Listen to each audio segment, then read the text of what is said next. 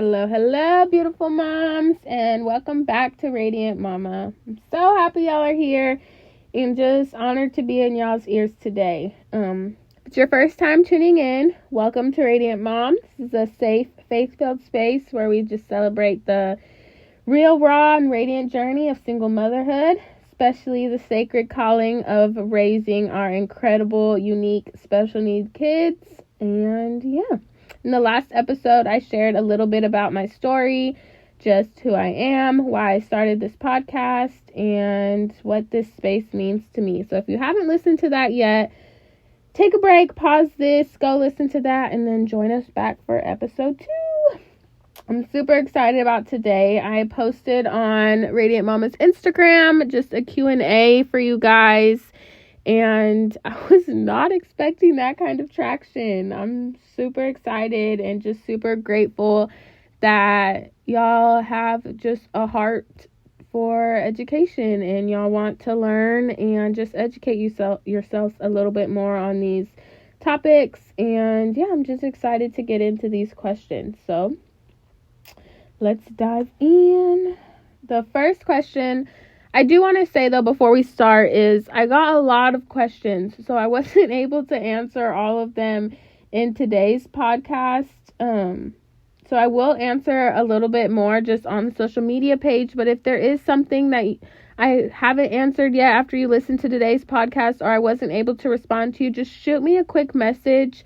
And I'm more than happy and willing to discuss those things and have conversation through Messenger. So yeah, just make sure y'all know that and know that I'm loving and willing to have those conversations with y'all. So question 1 is, how did you feel when you first got the diagnosis? This one was hard. I was like, oh, do I want to answer that? But I understand where y'all are coming from because I'm not even gonna lie. I felt everything, like, all at once.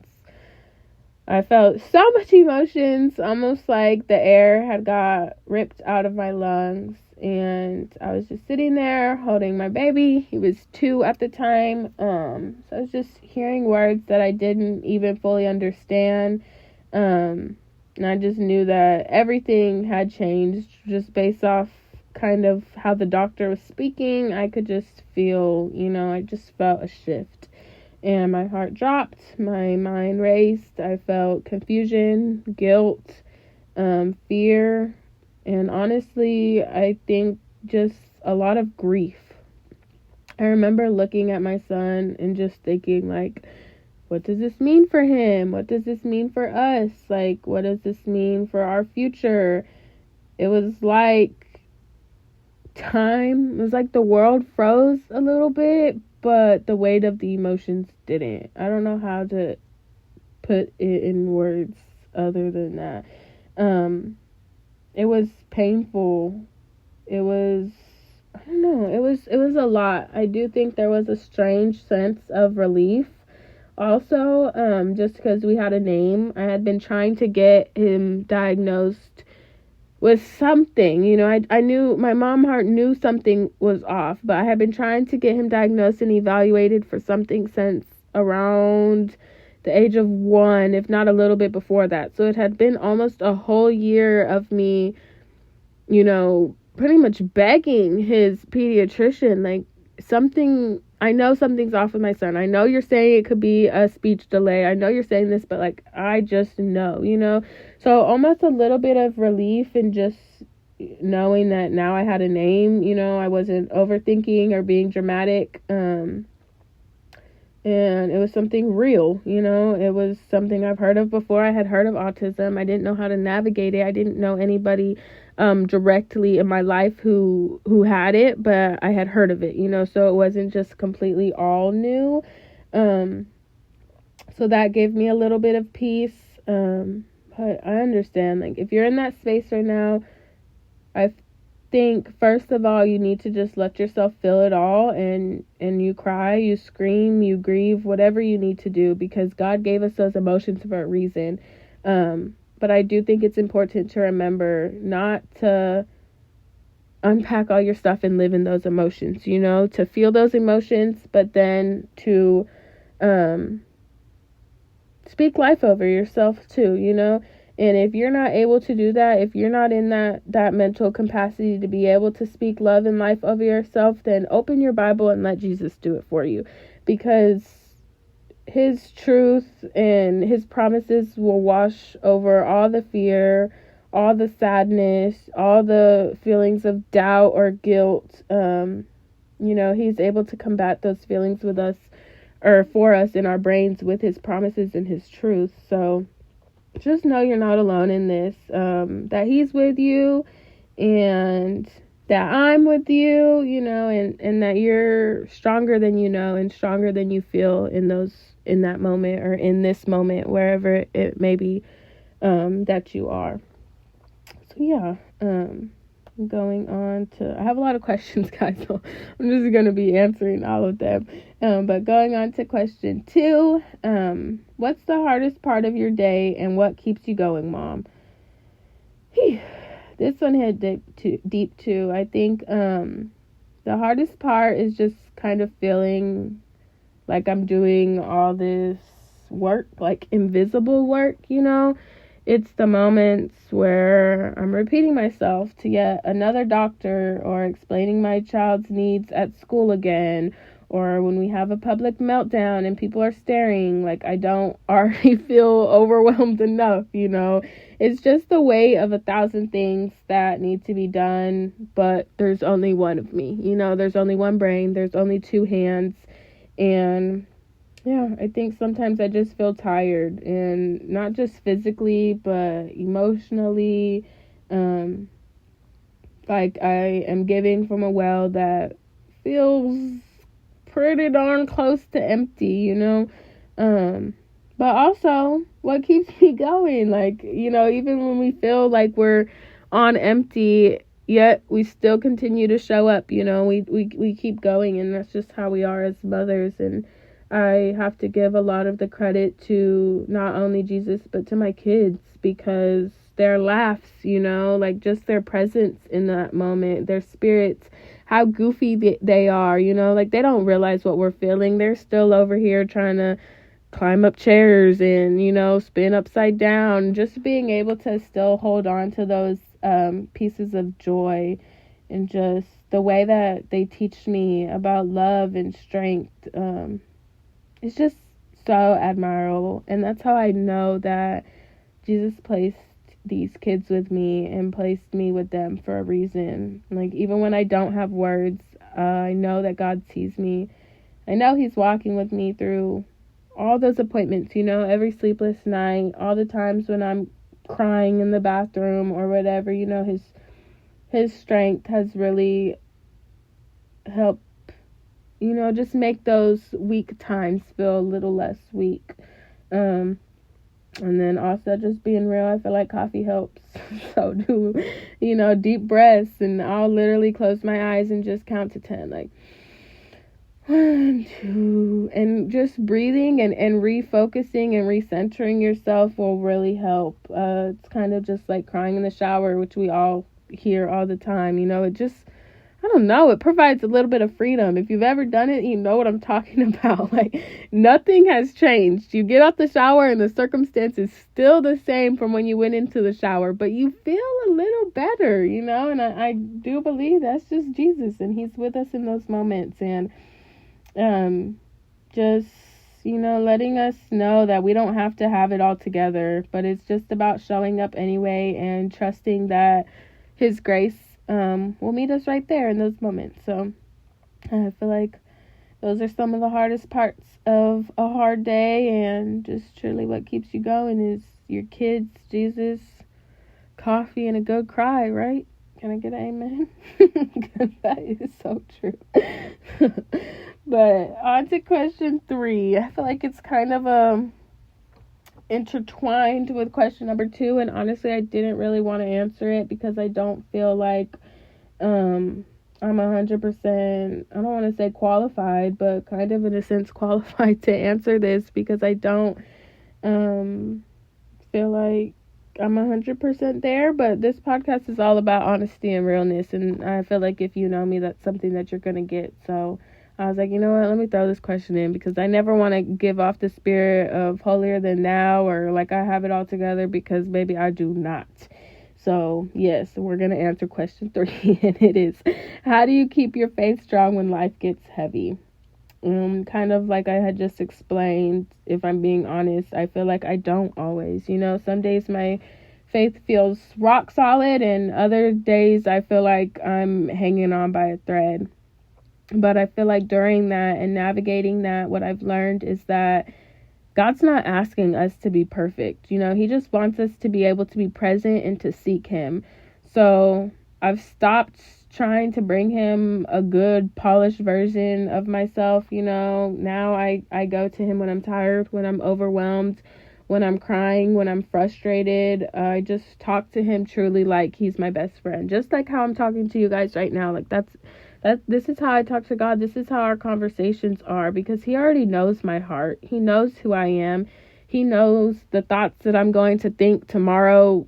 He's known those thoughts since the beginning of time, so He already knows us. So I feel like it was just silly of me to go to Him trying to, create this good image. Like, girl, He already knows you, so I feel like that was definitely number one that has helped me a lot these last couple months, is just showing up 100% me to Him.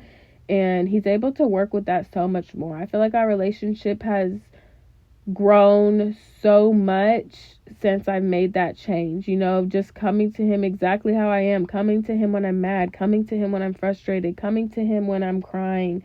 And just talking to Him like He's my best friend. So whether you're in the car or the shower, or sometimes I go and hide in the bathroom for 5 minutes, and just keep that conversation going. A lot of the times it looks like, God, I need you, or like, Jesus, I'm not okay today, like, please help me, God, give me the patience, like, help me be able to parent my kid today how you want me to parent them. Like, I say that all the time, because sometimes we go through those seasons where it's just hard, it's just overwhelming. And I feel like what has been able to help me is just really holding on to the truth, and that these are His kids. They're just on this earth, and we're their earthly mother, but these are Jesus's kids. And so really asking Him for the strength, the patience, and the love to be able to parent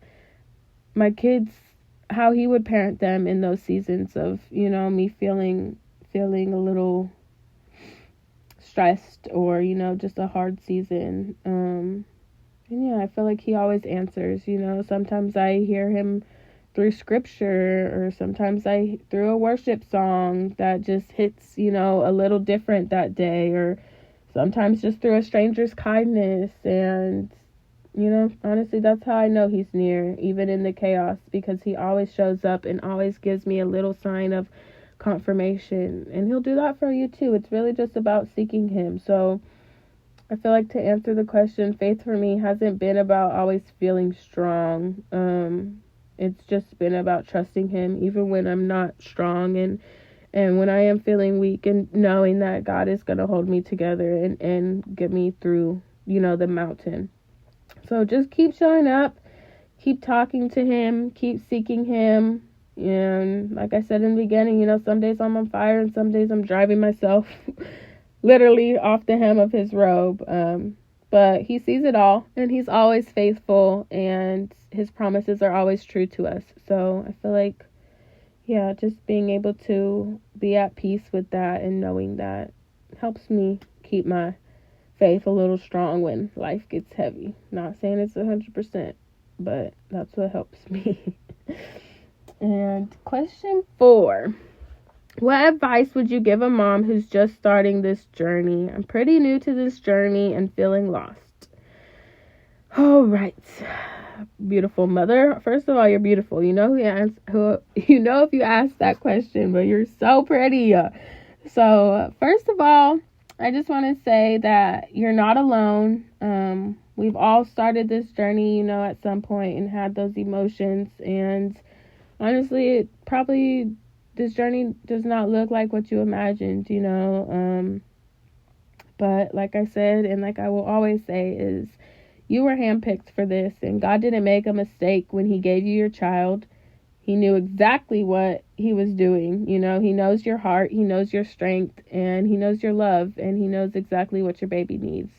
And obviously you have what your baby needs, or God would not have blessed us with these kids, you know. So I want you to take peace in that, and also give yourself permission to grieve the life that you thought you'd have. And this is something that really helped me at the beginning. Is like I said, I was overcome with the feeling of grief, because I feel like when you have kids, you're like, oh, I'm going to parent like this. We're going to do this. He's going to be in baseball at 4, and he's going to be potty trained by 2. And, you know, all these things that we like to get in our head. And so then when we're hit with something that doesn't necessarily stop those things, but kind of halts the progression of them, that's when grief, you know, kind of starts to sink in. So give yourself permission to feel that grief, you know.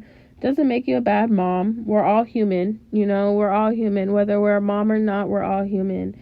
And we deserve to grieve, you know. Like, we deserve that, and we have a right to. So I think just making sure that you don't feel bad about that season that you're in, or feel bad about the grief that you're feeling. Like, you're 100% entitled to feeling that, and to making sure that you're able to feel those feelings and grieve. I think also is just making sure you find a good support system, that you don't try to learn everything overnight, you know, and just making sure that you're keeping your eyes on your child and not other kids. That comparison is truly a thief. So make sure that you're celebrating your wins, even the tiny ones. Like, the other day, my son turned 4 a couple weeks ago, and the other day he climbed into his car seat by himself. I didn't have to pick him up and lift him into the car and place him on the car seat. He climbed into the car and sat in his car seat. You know, so to other people that might not seem like a big thing, but for the last couple years I've been having to place my son in his car seat. So the fact that now he's climbing into the car and sitting in his car seat himself, like, that's a win for me. Like, that's something to be celebrated, you know? So I took him, we got candy. He climbed out of his car seat to go into the store to get his candy, you know? Like, just make sure you're really celebrating your wins, even the tiny ones. I feel like that helps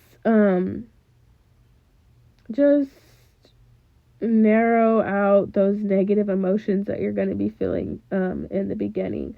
So you're not just starting, like, a diagnosis journey. You're stepping into literally a divine assignment that you're more than capable of doing, you know. And I know you're more than capable of doing it, because Jesus makes no mistakes, and you have Jesus, and now you have me, girl. So I just want to leave you at that piece of knowing that, you know, you do have a support system, and just making sure that you tune into your community. Girl, my messages are always open to you. They're always open to all of y'all, for the ugly, you know, the pretty, and everything. I'm here for you guys. So I just want you to keep that at heart.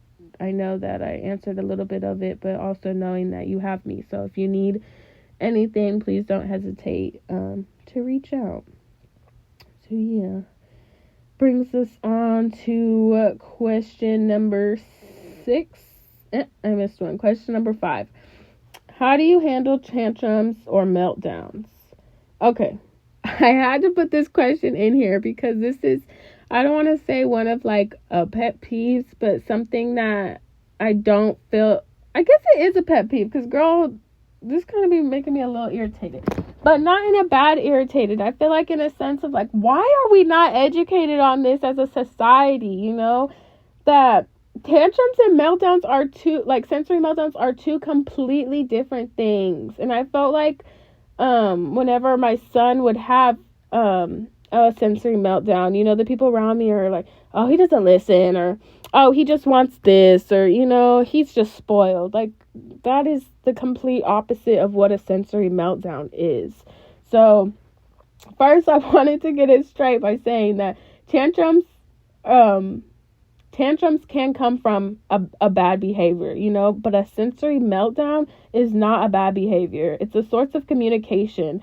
So it's your child telling you that they're overwhelmed and their nervous system is saying that they can't handle this right now. So they start to freak out, So whether that's throwing themselves on the ground or screaming or crying or hitting or kicking, that's them telling you that they don't feel safe where they are right now, that they can't navigate their emotions, and that they need some help. That's what a sensory meltdown is, So what helps me in handling those is trying to stay calm, even if you're faking it, even if you're flustered in your head, just trying to present calmness, because they're already freaking out. So if you come to your child who's already freaking out and you come freaking out, that's just going to make them freak out more. It's not going to provide any source of relief. So making sure that you realize in that moment that you're their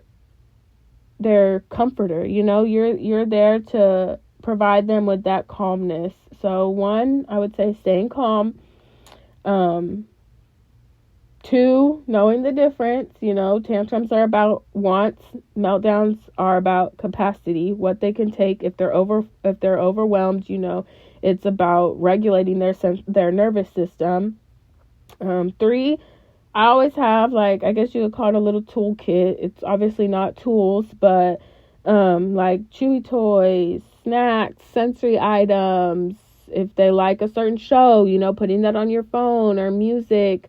A lot of kids like noise canceling headphones or weighted vests, lycra material, which is almost like a spandex, but it's a little bit more for compression, which deep pressure really helps in those in those moments. So if it's like a bear hug that's needed, a tight squeeze, pressing on their temples a little bit, pressing down on their temples helps regulate their nervous system a little bit more. So just making sure you have that little toolkit of things that work for your kids in those moments, and just really about learning your kids, what helps them calm down more. If it's a snack, if it's a lollipop, whatever it is to help regulate your kid's nervous system is what needs to be done in that moment.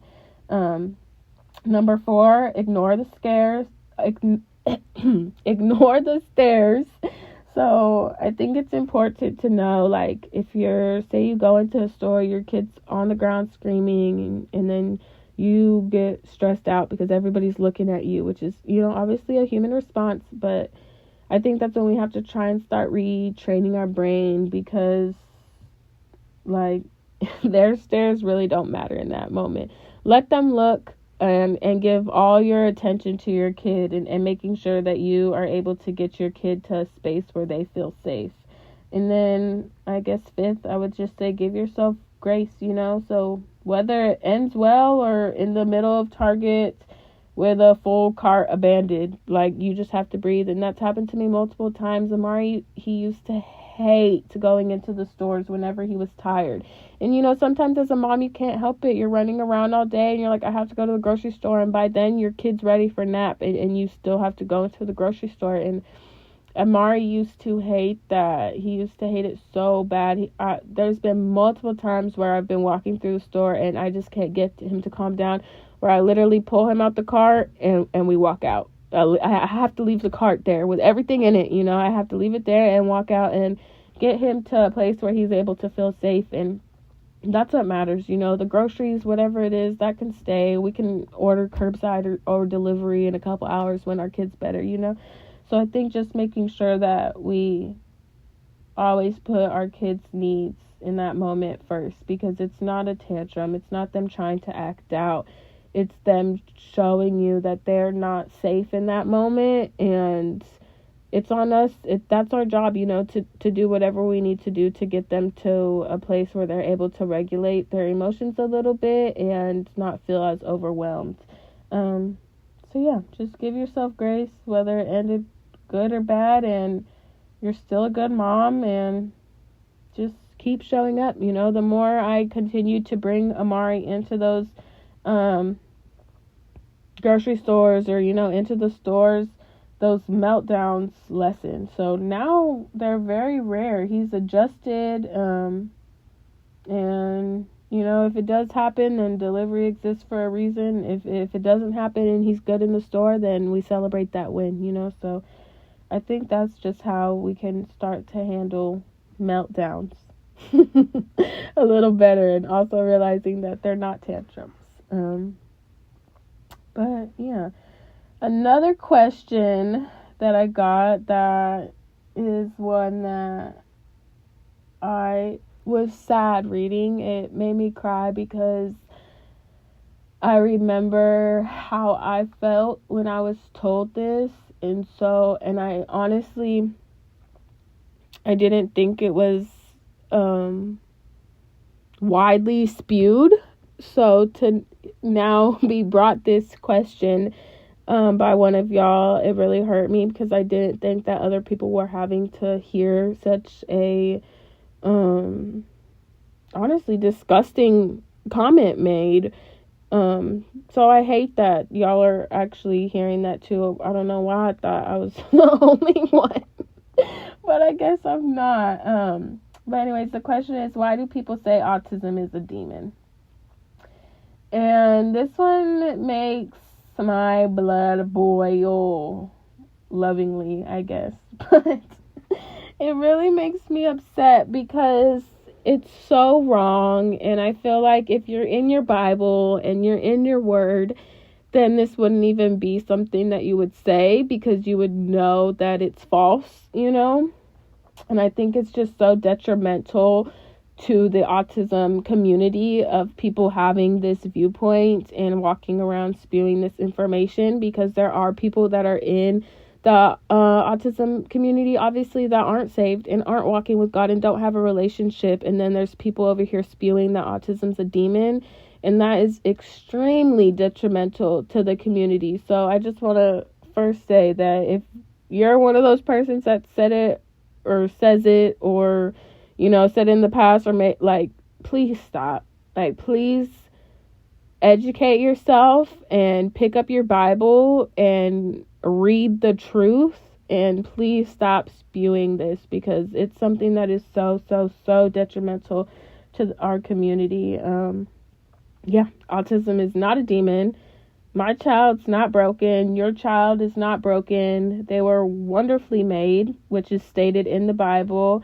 And when someone in church says otherwise, I just know that they haven't been in their word, because the Bible that I read says in Psalms 139 that I am fearfully and wonderfully made. And that includes all children, you know, that includes all of us. That includes kids with Down syndrome. That includes kids with autism. That includes kids with Fragile X syndrome, you know, it includes all kids. So yeah, it's a neurological difference. It's not a spiritual defect.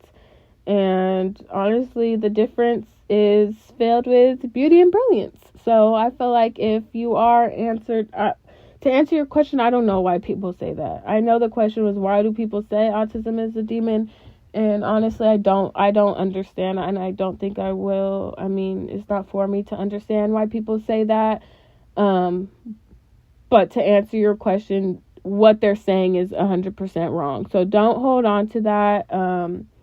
Read your Bible and know that it's not true, that God has promised way more over your kid, that them having autism is not an effect, or, you know, an effect of a demon. It's just not. So I felt like I needed to answer that question. One, to provide you with, I know probably your, you know, thoughts were spiraling, but also just all of our viewers to really hear and understand the effects that come from saying like that, something like that to someone. And that we can just be respectful. Like, that is so ugly.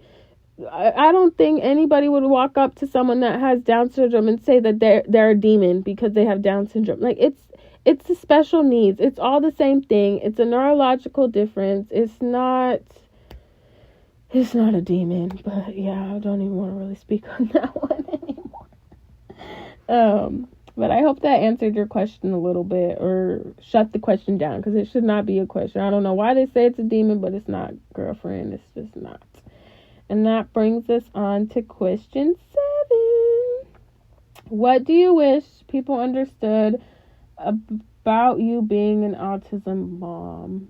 I don't know. I guess I wish people just knew that it's not just me being a mom. Like, I feel like I'm also so much more. Like, I feel like I'm a therapist and his teacher and his advocate and his scheduler, and sometimes just I'm just tired.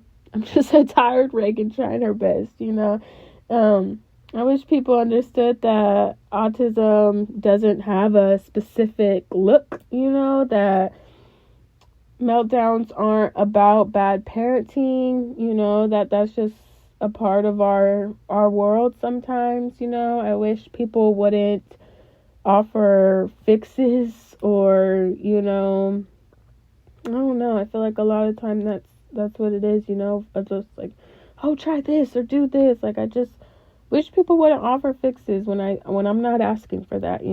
Just offer a friendship or a hug or a text message.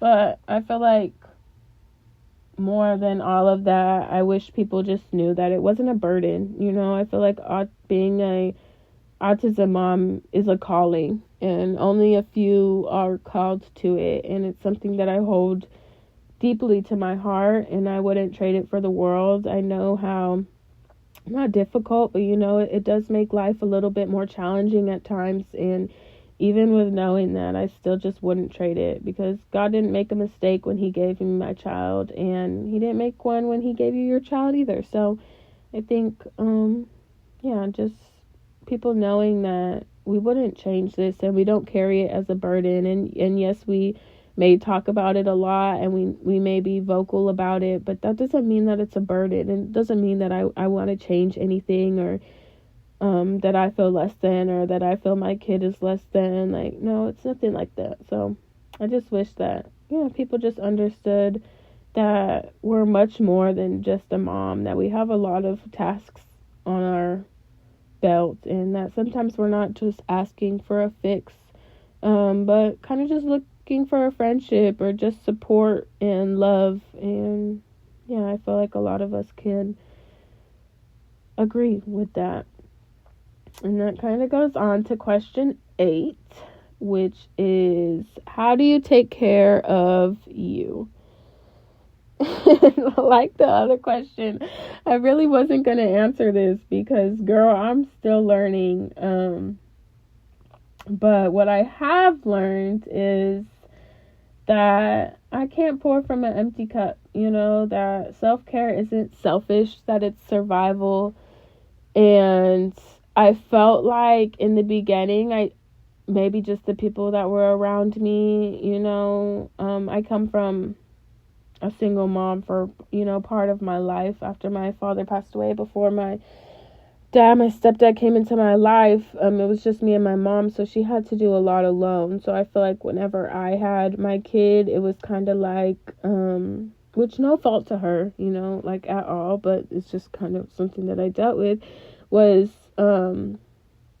just like the comments of, oh, well, yeah, I had to do it with no break, or, yeah, I did it alone, or, yeah, I never got to go out with my friends. And so hearing those things were kind of like being implanted in my brain of like, okay, girl, well, you don't need to ask for help, like, you don't need to go out with your friends, like, she could do it, and so that's how I was thinking a lot in the beginning. So I had to cancel that out in a sense, because that's not true.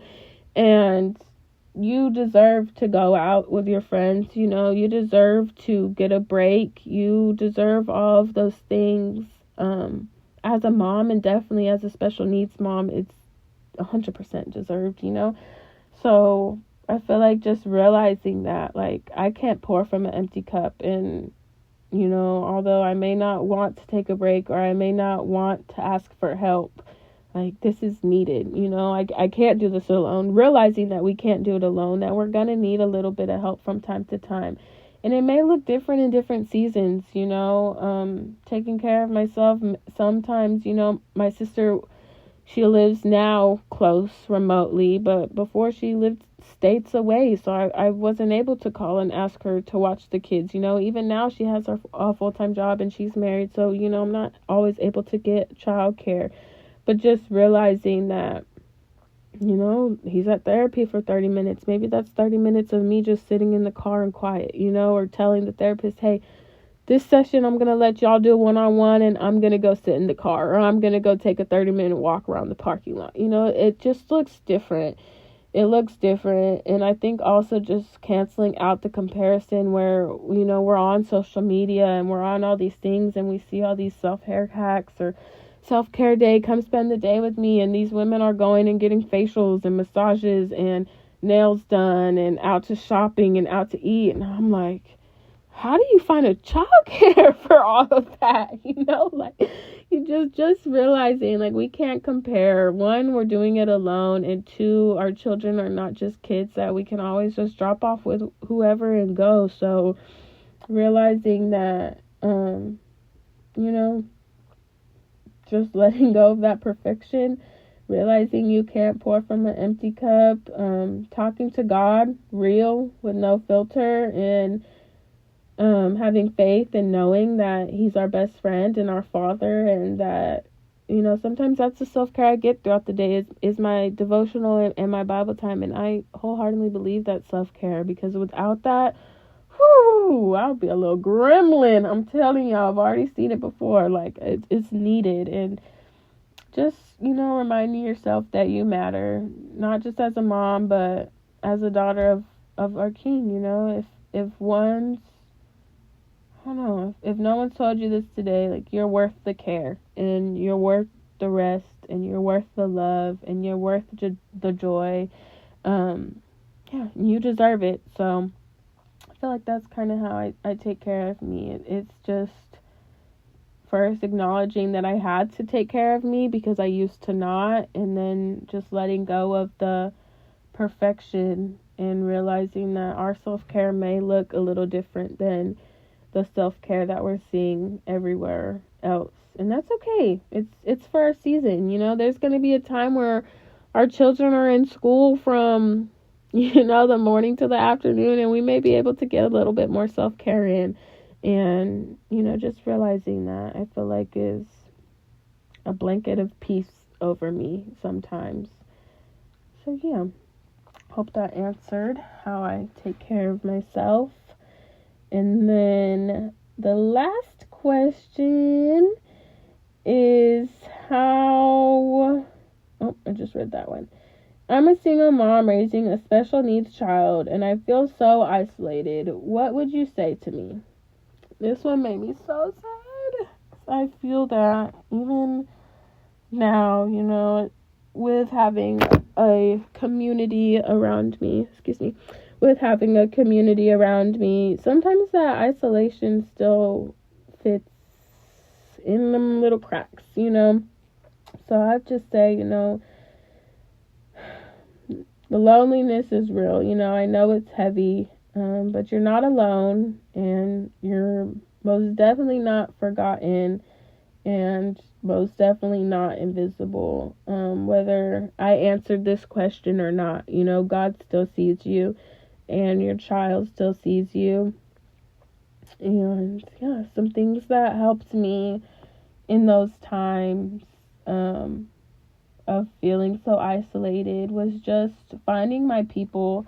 And I think in the beginning it was just I found my people. Yes, I found my people, but I think as that went on and still feeling a little bit isolated, I was realizing that I had to find a group or a community of women that were going through the same things, so, and that's kind of why I created Radiant Momma, because don't get me wrong, there are wonderful, wonderful moms out there that are raising special needs kids, but it was hard to find some that were also on their walk with God, and no fault to them. It happens in God's timing. But I think that's what I mean when I'm like, find your people. Like, make sure you find a good community that is rooted in the same things you're rooted. And so that's my hope for Radiant Mama, and that's my hope for you, is to be able to find that community here as we grow and as more moms join. I'm hoping that this can be your safe place where you don't feel that isolation. And also just remembering to talk to God. Like I've been saying this whole episode, no fancy prayers. Like, it's not, I don't know how to say this without sounding rude, because I'm not trying to sound rude at all. But they're not going to get you anywhere. Like, I'm saying that from a place of,